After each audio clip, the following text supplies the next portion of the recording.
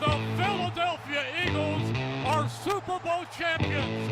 Eagles fans everywhere, this is for you. Let the celebration begin. Reuben, I'm in such a good mood today because the snow is melting away from my house, and I'm pretty happy about it. Yeah, I mean, you're in Jersey, so I don't want to hear about it. You probably got like 1/3 the snow that we got. But I mean, no one made you live where you live. Yesterday was like 55. I actually went running in a baseball cap instead of a ski cap for the first time since like November. It is exciting, and this is also the time of year where we get all the images. I guess it's a little bit less this year because there aren't as many reporters down there, but the first images from spring training are always really exciting. It's like you just see the nice weather and you're like, it's coming eventually. And I feel like that I get seasonal depression. I'm so much happier when I get a little bit of sun. A lot of people are like that. To me, it's the sounds of spring. Like, have you ever gone to spring training, like Philly spring training in Clearwater? No, I never have. I always wanted to. It's amazing. And just like the sound of a ball hitting a glove, a sound of a ball hitting the bat, to me, that's springtime. And it's a great trip. I'll tell you what, I mean, you've been to Clearwater, I assume like just on Eagles trips or something, but go down for like a week and you can go to different games and like nearby and Tampa and up and down the coast. And, you know, then you go to Frenchie's at night for dinner. You're right on the beach. I mean, it's a great place to visit. And you get baseball and you get Phillies baseball. I love it. I've only done it twice, but man, it's such a great trip. I'd love to do it again. I'll have to do that one year. This is the Eagle Eye Podcast, so we'll segue from weather and Phillies baseball to a bunch of football topics today.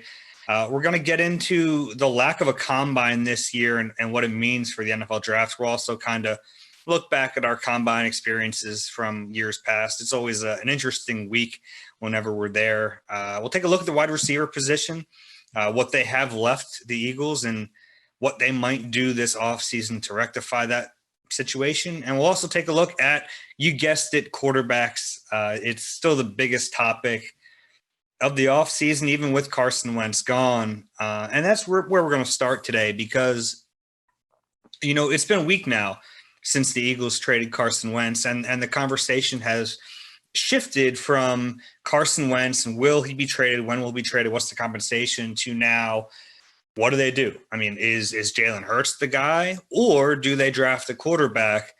And I think there are reasons for both of those routes. And you wrote about it earlier this week that it's, you know, the Eagles just put themselves in this position where there's really no clear-cut answer. Yeah. And I mean, they have 3.5 games to evaluate Jalen Hurts, which is not enough to come to any sort of conclusion. I don't know how many games is enough, but certainly at least half a season, I would think, to really get an idea of what a quarterback's all about, because there are enough high points and enough low points to not know. And he's 22 and he's going to get better, but how much better, we don't know. And there's some intriguing quarterbacks who could be there at 6 or higher if they move up, or lower if they move down. And, you know, it comes down to, do you want Jalen Hurts thrown to, I mean, you have a chance to get an elite wide receiver at 6, and would you rather have Jalen Hurts thrown to him along with Rager and Fulgham, or would you rather have one of these hotshot young quarterbacks that you can draft in the first few picks throw into the receivers they have? Now, that it's more complicated than that because they're going to add other receivers, but that's what it comes down to. Do you want to give Jalen Hurts a year and say, look, we're gonna surround you with as much talent as we can put together this offseason, which I don't know how much that is considering their track record, but you know, you say you have a healthy offensive line. We're going to get you Jamar Chase. We're going to get you, you know, Kyle Pitts or whoever it is. We're going to get you a weapon. You know, we're gonna surround you. You're going to have a training camp. You're going to have OTAs. You're going to have, you know, everything you need to get you in the best situation. Let's see what you can do over a full season. And you give him that year. And if he's, you know, the answer, then you have your quarterback and a receiver and a weapon. If he's not, presumably, not definitely, but presumably you're picking in the top 10 picks again. Now, I mean, it's a little risky because he could go 8-8. You still don't know about him, and you're picking 16. So there's that possibility. But I think the sense is if it's not working, you can kind of figure out how to get a top 10 pick again and get your quarterback next year. And like you said, there's no real way.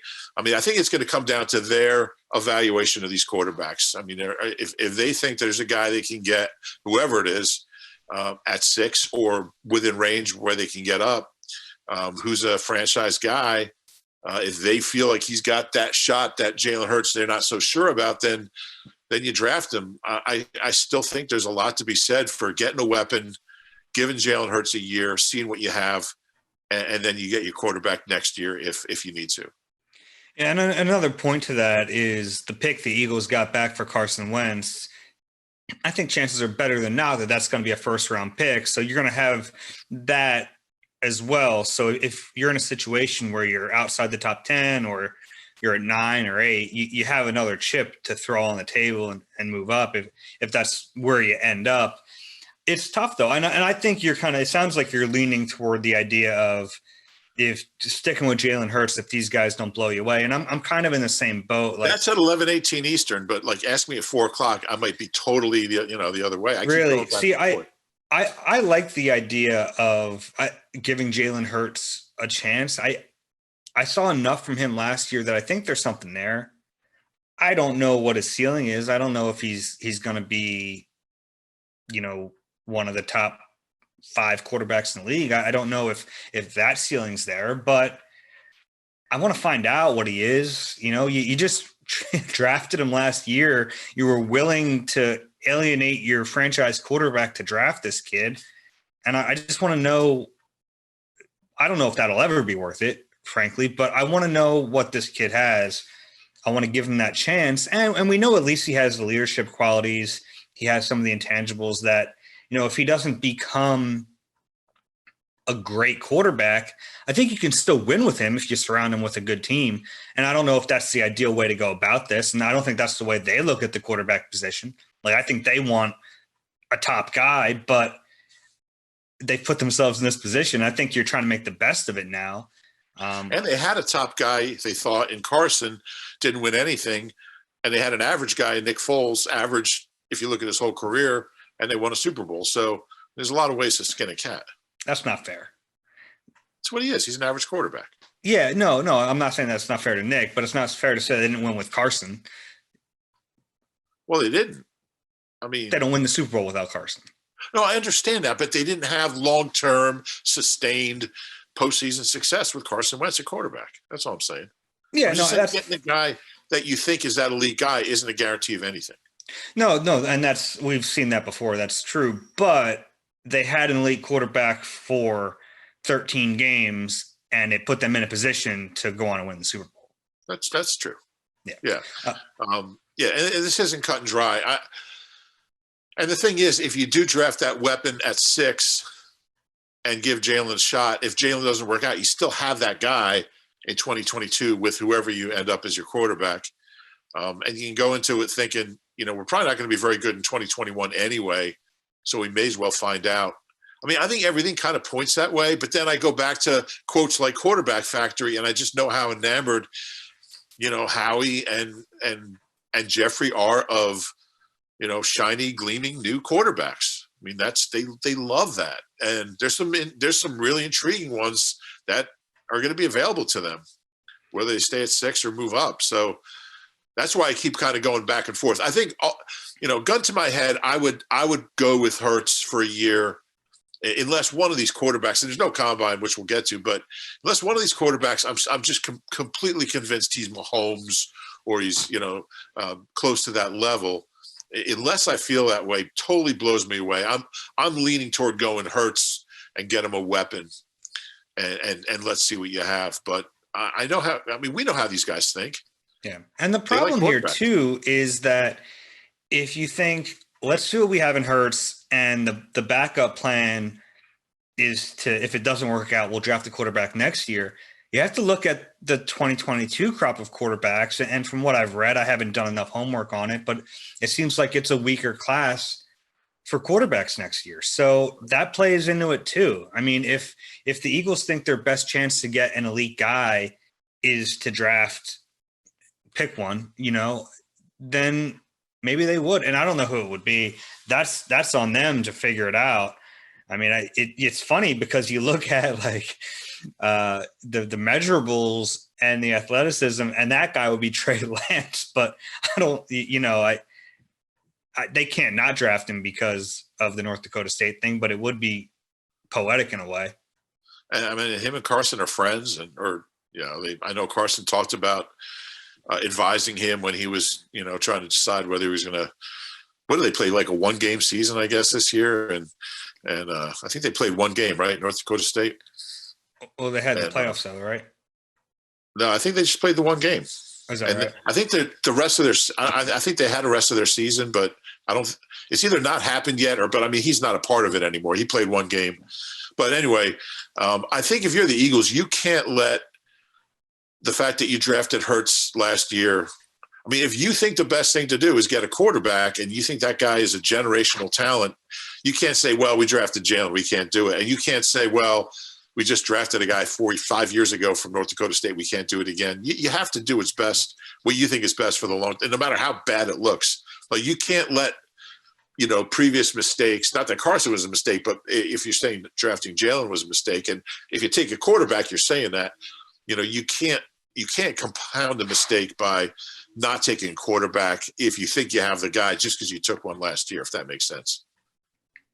Yeah, I agree with that. And I mean, the ultimate goal is to get the best quarterback you can get. But I will also say, like, there's if they look at Jalen Hurts and they say, well, we think Trey Lance or Fields is like a little bit better. That's not the bar for me. The bar is not to get a little bit better than Jalen Hurts. The only reason they should draft a quarterback would be because they think it's the guy. Like, that's our guy. We want him. We'll do whatever we can to get him. Like, if they don't fall in love with a guy, like kind of like they did with Carson 5 years ago, if they don't feel that way about a quarterback, then I wouldn't take one. Because I think if you're willing to take a quarterback at 6, you better be willing to move up and take him at 2 or 3 or 4. But like, because I don't think you can do that at other positions. I think, wide receiver, you can let it fall to you at 6 and take the best player. If it's wide receiver, fine. I don't think that's a sound strategy for quarterback. I think if you identify the quarterback, and I think this is the way the Eagles think too, if you identify the quarterback, you think this is the guy, you do whatever it takes to get him, and that's the way you handle it. I would agree with that. I mean, if there's 2 that you feel are both generational talents and you feel equally about them, I guess you can see which one drops to you, but I don't think that's the way to do it. Yeah. Like pepperoni or sausage and exactly. Chocolate or vanilla, all that BS to Howie spouted 5 years ago. Yeah. That's yeah. But I think knowing Howie and being around Jeffrey and Howie for as long as they've been here, I mean, we know how they think, and they will fall in love with one of these guys. They'll fall in love with Justin Fields or Trey Lance. And I think there's a good chance they're going to go that direction. Like I said, I'm leaning the other way, but I don't know. I don't know. When you look at what Jalen Hurts did this year, I mean, it's really tough to kind of hone in on what they have with him. I know how they think. I think they're going to go. I really think they're going to go quarterback. I really think I wouldn't. I don't think it's a huge mistake. It's all going to come down to how good that guy is, obviously. But again, I think you said this last week. It's like it's a risk coming back with Jalen because you don't know what he is, but you don't know what these rookies are either because they could be Keith Schuler or Ryan Leaf. Quarterback's a tough position. I mean, it's more prone to complete busts, really. I mean, we've seen that plenty of times. Are you worried if you're the Eagles about the locker room dynamic?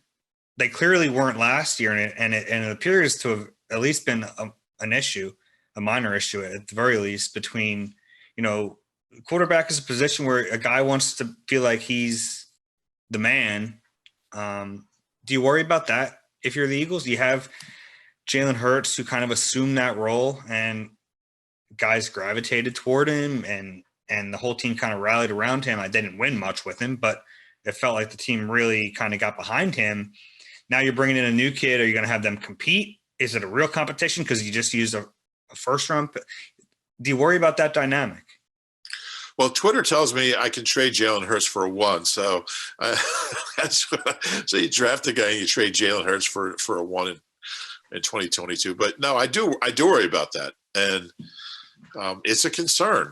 And I mean, I don't really worry about Jalen because I think he's a pro and I think he's a true leader. And I think he would be able to function in that environment.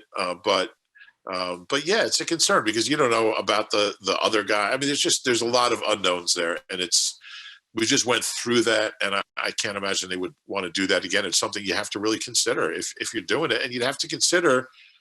I mean, I don't know how much value Jalen Hurts has. I mean, you can't draft him in the second round and a year later trade him for a 5. So he'd have to be here. You have to be your backup, assuming you start your rookie. If you draft a guy at 6, you're going to probably start him. So I don't yeah, know about that. I think that because I think the Eagles realize they're not going to be very good in 21, so maybe they wouldn't just start the rookie. Maybe they'd really have a competition. But in that case, like I think you're right. Jalen will be fine. Jalen would almost welcome it in a way. I think that's the way he's wired. But in that situation, you wouldn't, if you're the Eagles, you wouldn't be as worried about Jalen. Like you should be more worried about whatever that pick is feeling because you don't want to wreck that. That's your gem. That's what you just spent a first round pick on.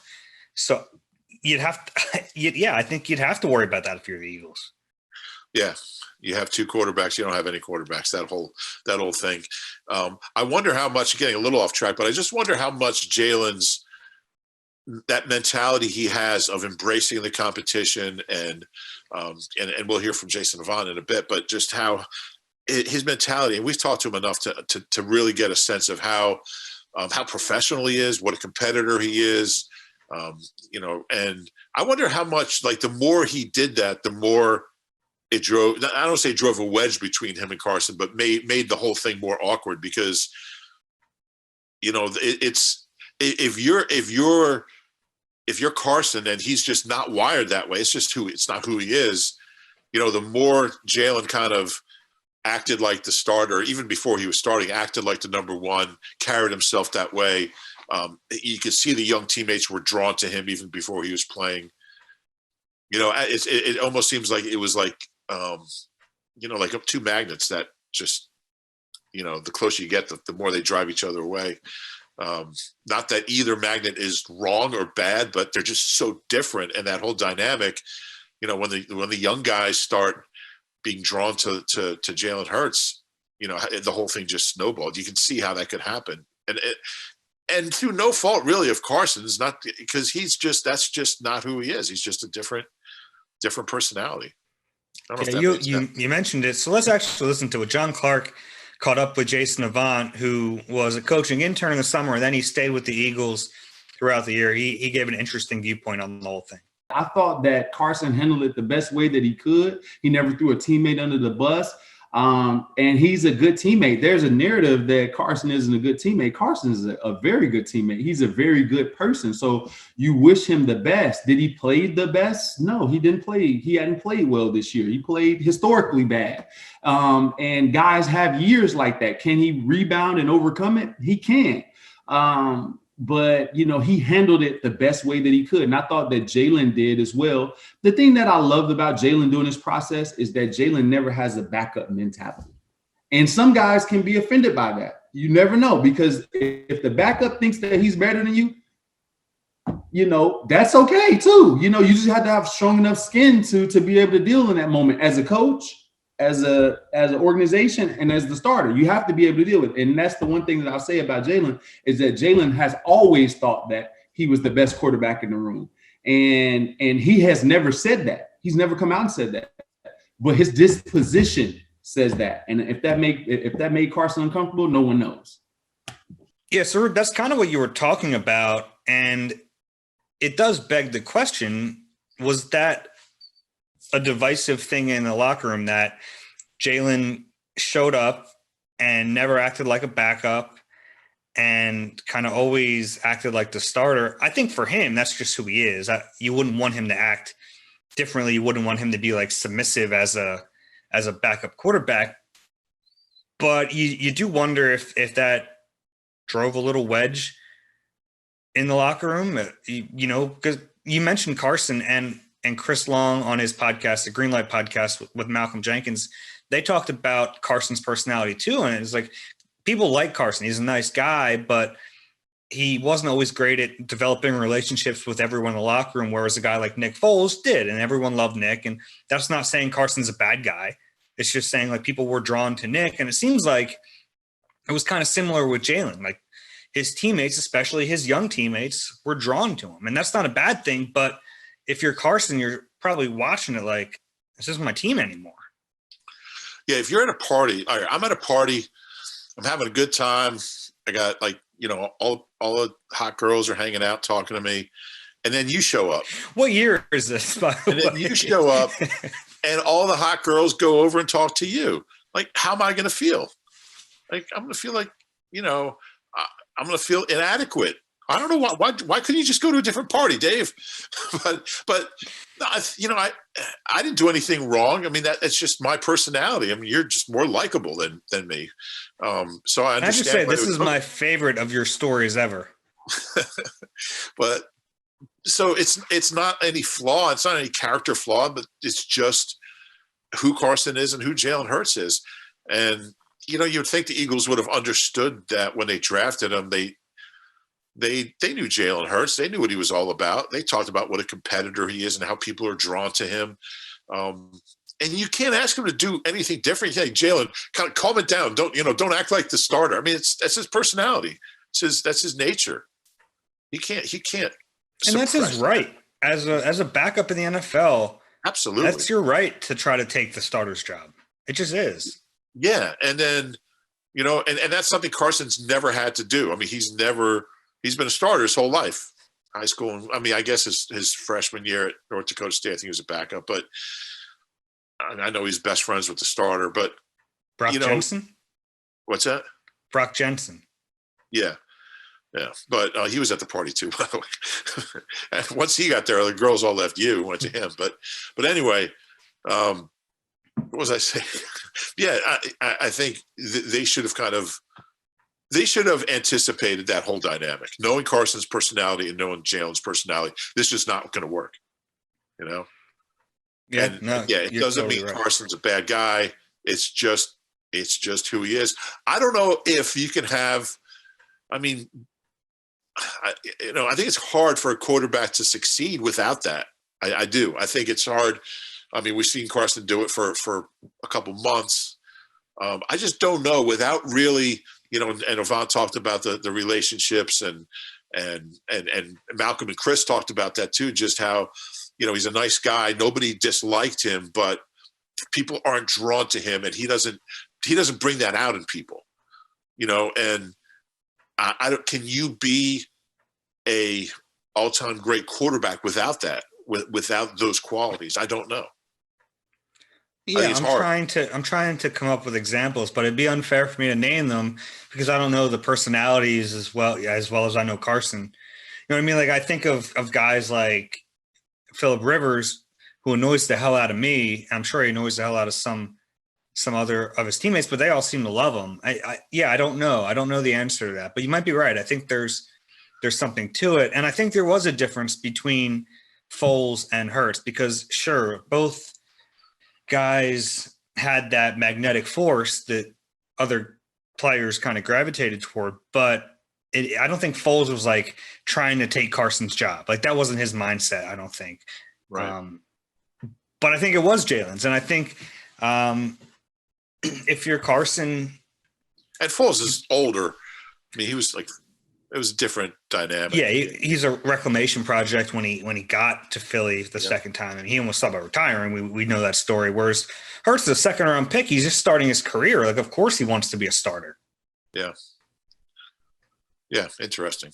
It's interesting stuff. And, yeah, like I said, I wonder how much of this they anticipated, when they drafted him, not just is Carson going to like this or not, but just kind of deep down, how's this going to affect the whole dynamic of the locker room? Who's Quez Watkins going to be drawn to? That's just an example. Like, the 28-year-old veteran guy or the guy who's his age, who speaks his language. And I don't know. It's something they probably should have thought about more. Yeah, you're right. But look, if Carson played well, none of that matters. I mean, if Carson's out there throwing touchdown passes to Quez Watkins, Quez is going to love him. Yeah, and I mean, it's probably a bad example because they didn't really play together, but you know what I mean, though. But I think I think there could be a correlation between how he played and how the relationships were going. I mean, he could have been pressing because, I got to have a great game, or I mean, they're already lining up. They all want to play with Jalen. I got to do.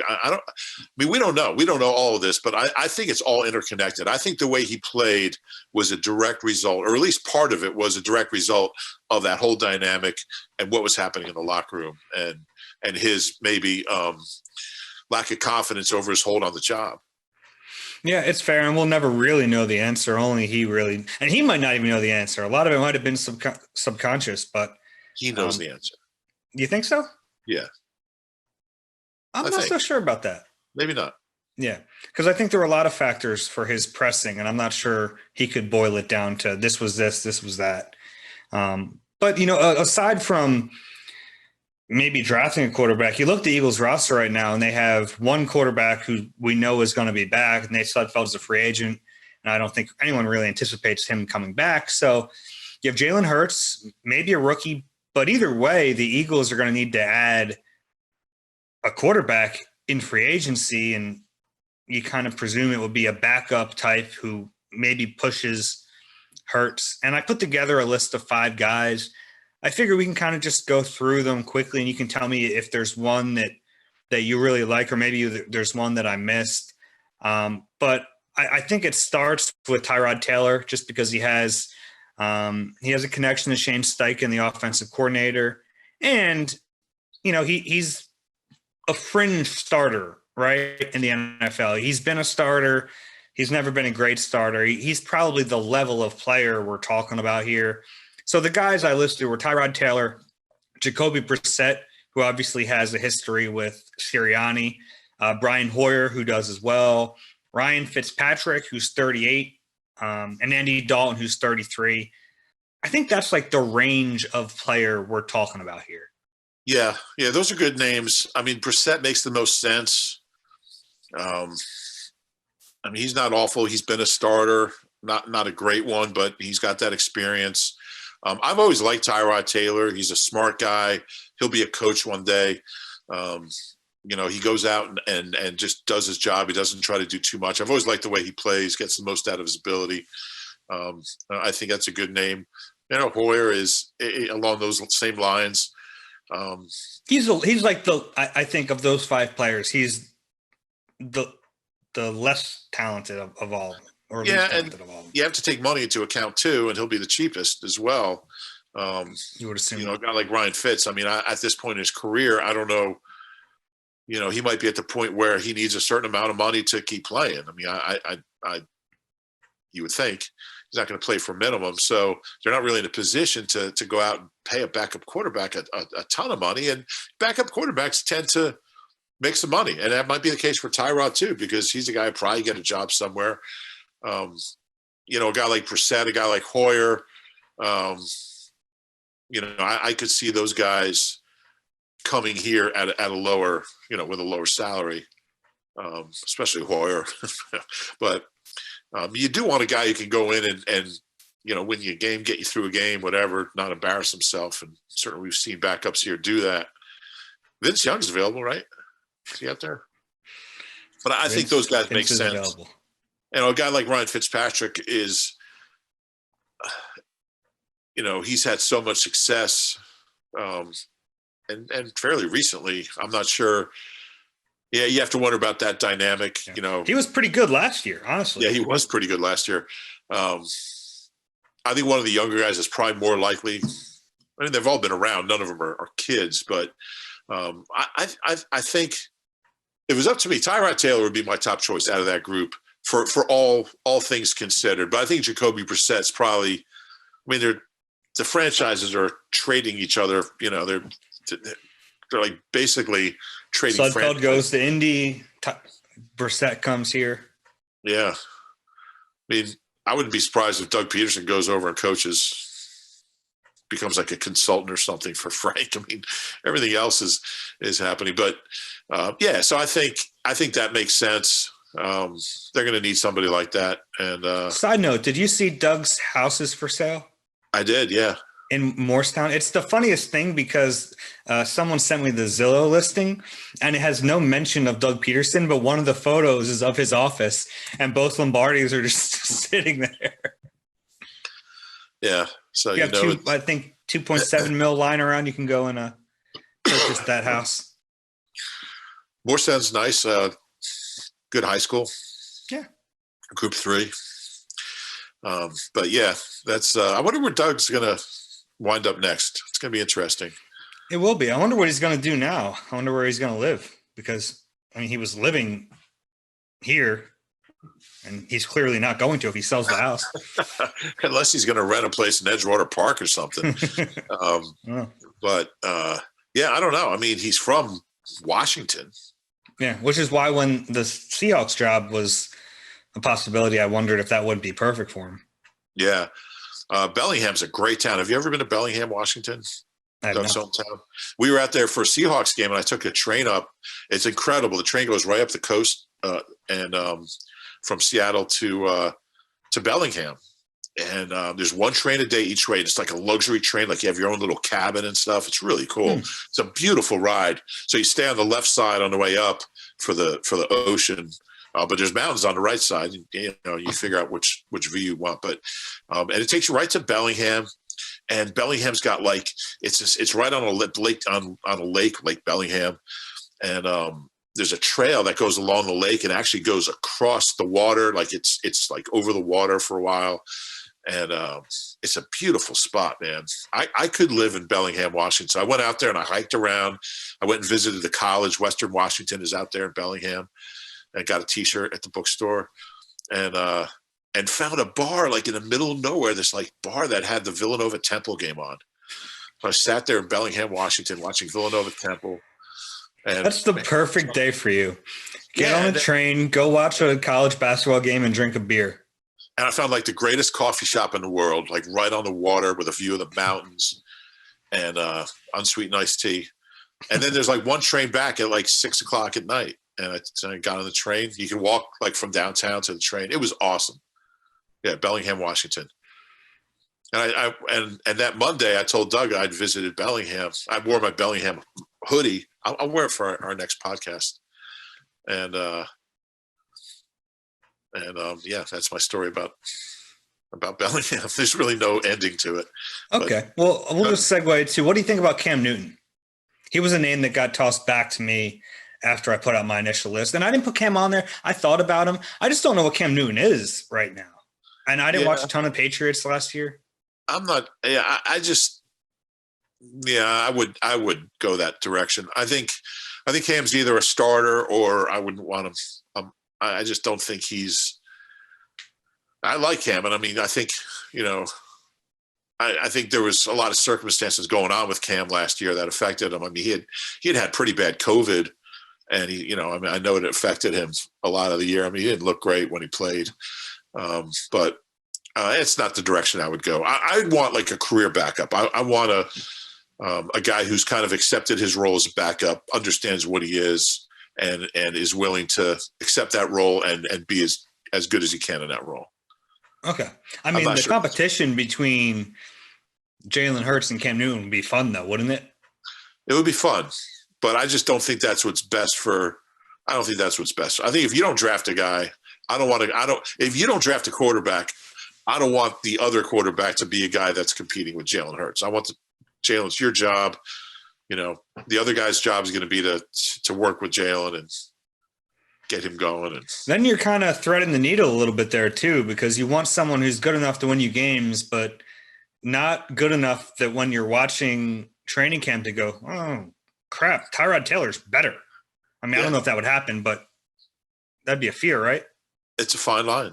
But, Yeah, but I think it's also part of it's a mentality. Like, I think some backups understand, like when Nick Foles is a backup, like even though we've seen him have great success, I think he understands his role and he's okay with it. I mean, obviously he wants to start, but I mean, Cam Newton's he's been an MVP. He's played in a Super Bowl. I'm not sure that would be the perfect dynamic. Yeah, I get that.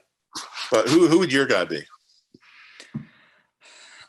Yeah, it'd probably be Tyrod. For a few reasons. One, because I think he'd be like the right level of competition, and because he's not as much of a dual threat, I don't think, right now as Jalen is, but you'd have the same offense, if he's in there. And I think that's something you have to think about with a dual threat quarterback is, and we saw it last year with the Eagles when they made the switch from Carson to Jalen, like they had to kind of flip everything they were doing and change on the fly.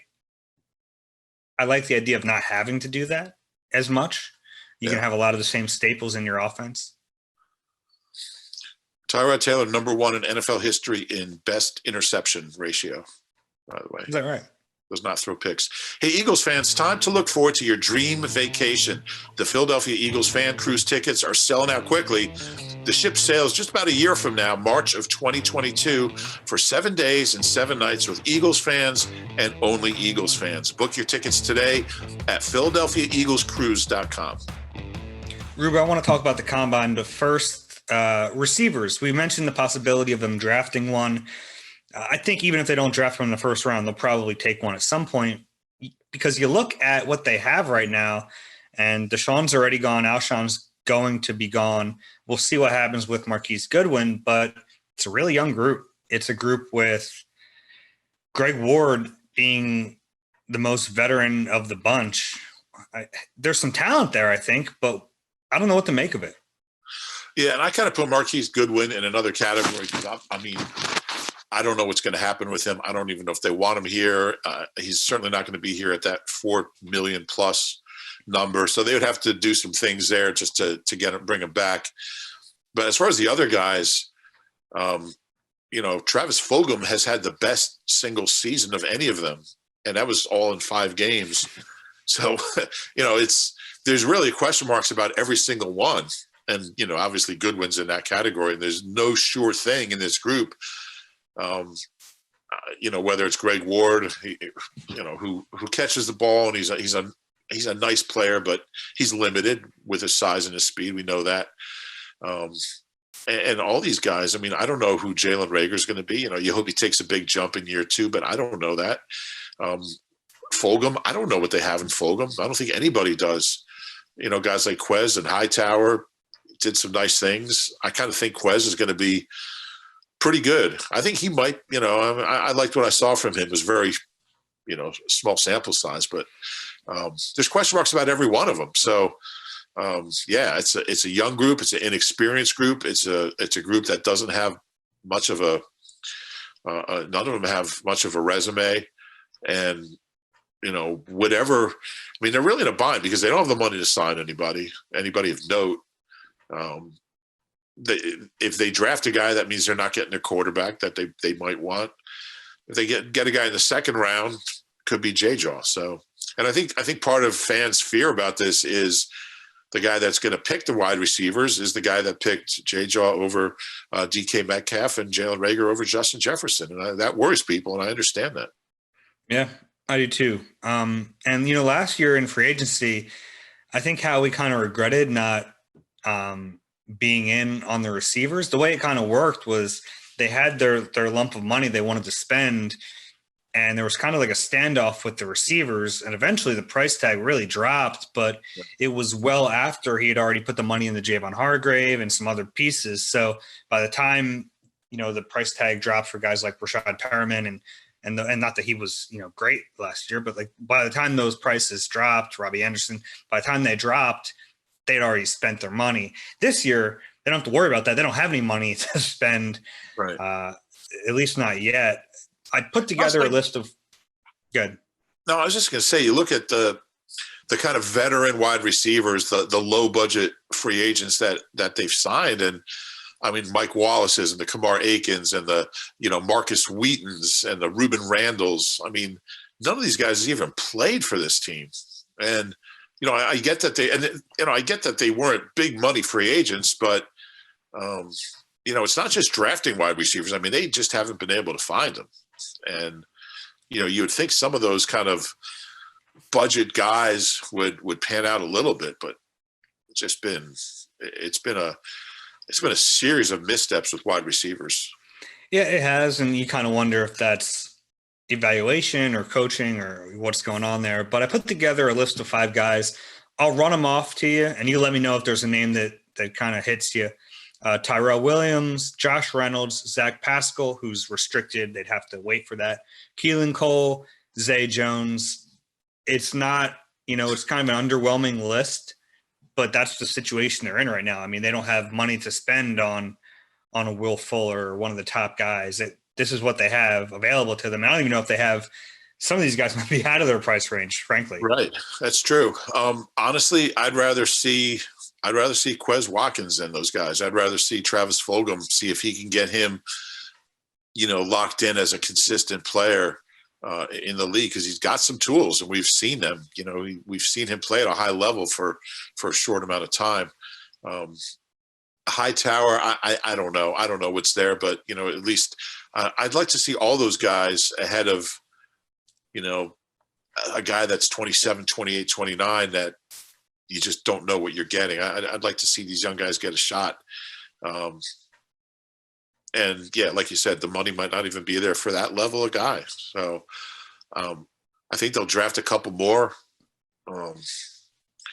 Rager to me is the key to this whole thing. I don't know if he's any good. We didn't really see a lot from him. When he did play, he was hurt. Kind of gets a pass. I know it was a tough year for him. He was hurt a couple times. He was behind.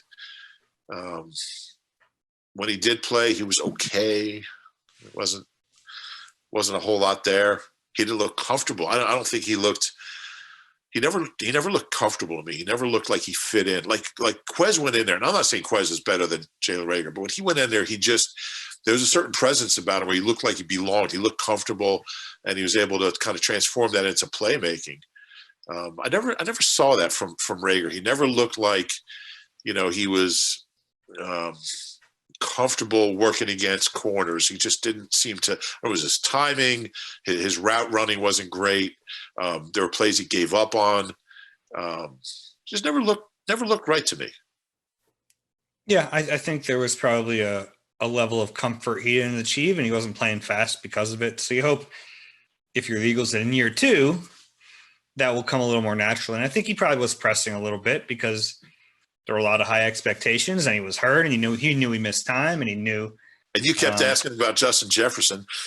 Picking him up. Yeah, so I don't know. And the way they might be looking at Marquise Goodwin is like, hey, we're looking at these free agents. We don't want to pay another guy. He's already in the building. If he agrees to restructure and come way down, at least we can keep him and have some sort of veteran presence. And we're taking a chance on any of these other receivers. We might as well take a chance on a guy who's already here. Yeah, and again, Goodwin, I know he had 962 yards in 2017. That's the only year he's ever had. He's been in the league since 13. Was he a third-round pick? I think so. But his career's been huge disappointment. And, his other 6 years, he's averaged 228 yards. And the last 2 years, not including last year, but the last 2 years he played, 18 and 19, he had 35 catches total. So the notion that you can count on him to be anywhere close to what he was, it'll be 4 years ago by the time, we're out there. I just think he's a long shot to ever contribute to this team. I get that, but anyone they would sign would probably be a long shot too. So if we're talking about bargain bin options, he's one of them in a list, and at least there's some familiarity. He's at least met the position coach. I don't know. Maybe there's something there. Has he? He's talked to him, I'm sure. Yeah, I don't know. Yeah. Before we wrap this up, we're going kind of long. I wanted to mention, and we wanted to talk about the combine a little bit because there is no combine this year. It's kind of a weird deal. Really, that was the last time things felt normal was the combine last year. I remember being out there. It was the last time I flew anywhere. And we had heard about COVID at that point, and there was like, I in passing, some NFL people were talking about it, but it was almost like not a joke then, but like, hey, elbow bump because we can't shake hands. But I never thought that everything would go crazy after that. But not having a combine is a big deal for a lot of reasons. It's that everyone looks at the testing portion of the combine, and that's a big deal. That means a lot. But the interview process, and really, the biggest one to me is medical. One of the main reasons they hold the combine in Indianapolis is the medical facilities, and not having a standard way for teams to get medical information about a player specifically. And also because there are no in-person visits this year. So if the Eagles want to bring Jamar Chase to Philly, they can't do it. That's a big problem because any player with medical concerns, you can't check out. Right. And I think it's going to really hamper teams' ability to evaluate players. Now, the Eagles' ability to do that has been hampered anyway. So maybe it won't hurt them as much. But no, in all seriousness, it's a big blow. And, this is where Howie talks to agents about, that's where you get contracts done and extensions. This is where the tampering happens. That's where all the tampering happens. And, I think and Howie will tell you that the interview part of the combine is every bit as important to them as the actual workouts. Especially if they're thinking about drafting a quarterback. Yeah. Yeah. You want to get him on the whiteboard and work him and see his retention. And so you don't have that. So the work they did with Carson 5 years ago was really detailed at the combine. Off the charts. Yeah. They brought in a sports psychiatrist or a psychologist rather to talk with him for like an hour. They went in depth, and you would think they'd want to do that again if they're going to use another top pick. Yeah. And they, whoever they end up taking, they can't do that. It's tough. And the pro days, I guess all the pro days are going to be structured the same. So, every player has the same, and I think they're going to be a little more involved, to give teams as fair and as in-depth as possible a look at each player, but it's not the same. It's definitely not the same. But there's certainly going to be a lot more eyes on the pro days, I think, because that's all these guys are going to have. Yeah. It was great that the Senior Bowl was able to happen. That's a big deal. So credit to them for figuring out a safe way to do it, because that's another big part of the evaluation process. And you feel for players who are going to get overlooked because of a lot of unknowns this year. Yeah. What do you like about the combine? How many have you been to? 4 or 5? 6 or 7 probably. Okay. Yeah, I've been to a few.